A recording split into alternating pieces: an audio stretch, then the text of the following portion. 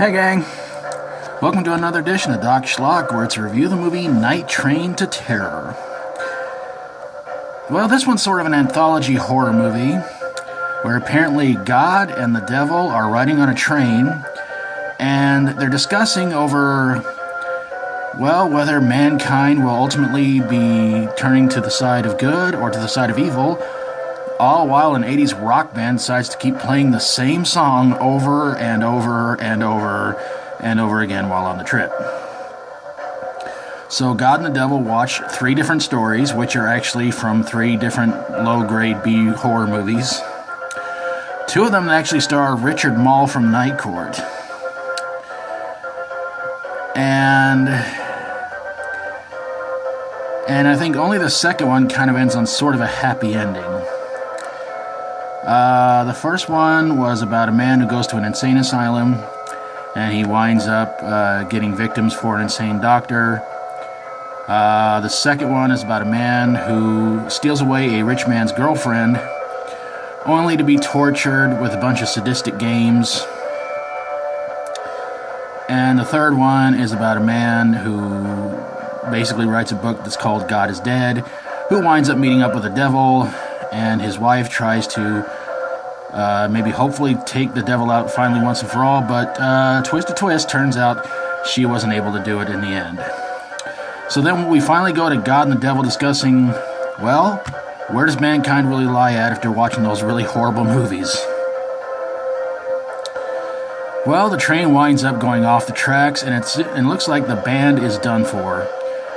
But God says, you know what, I actually like that band and I like that song. So the train gets back on the tracks, and they ride off into outer space.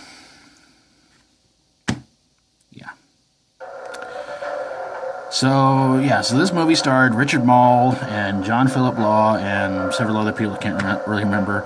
But again, this was basically an anthology horror movie that had 3 different horror movies, 3 different full-length horror movies put in it that were about 20 minutes long apiece. So why did this movie suck? Well, honestly, I think the plot of God and the devil riding on a train is a little bit weird. And each one of the stories were really not all that good, especially the third story. Used a lot of bad claymation, which would probably put Ray Harryhausen into tears, God rest his soul.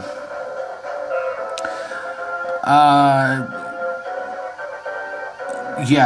think the third story was probably more confusing than anything. And I really like Richard Mall, but I can't take him seriously as a guy who writes a book called God is Dead, and he does not believe in God or the devil.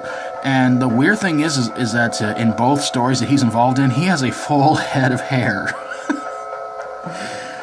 Which was like, wow, okay. I think ultimately overall, the movie's really not all that good. I mean, if you see a title like this, you think it's going to be some sort of a horror suspense movie where some kind of monster's on a train, but they just kind of went the easy route and said, you know what, we're just going to show clips from 3 different low-budget horror movies, put it in this movie, and hopefully people are going to like it.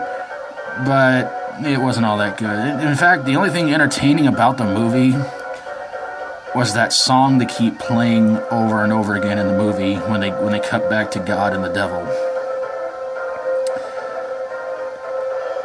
It gets stuck in your head. But it is definitely an 80s style rock song. And you look at the band and you go, yeah, they are definitely an 80s rock band, if that's what you really want to call them. But yeah, as far as anthology movies go, not all that great. I've seen better, but I've seen far worse.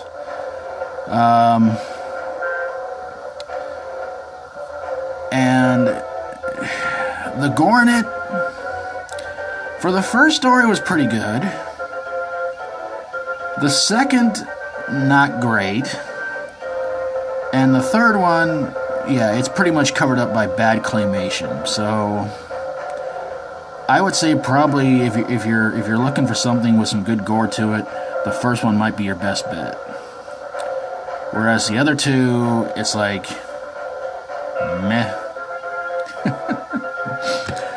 But there you guys have it, a review of Night Train to Terror. If you have seen this one, please leave me a comment down below. Let me know what you think about it, whether you agree or disagree. And of course, if you like my videos, please feel free to subscribe. If you got a horror, sci-fi horror, comedy horror, or fantasy horror movie that ran off the rails, off the tracks, and there was definitely no way it was ever coming back, or the time you spent watching it, I've got more train jokes, but I'm running out of time here. Send it my way, and I will get on it ASAP. Thank you guys so very, very much for watching, and until next time, as always, stay strong and rock on.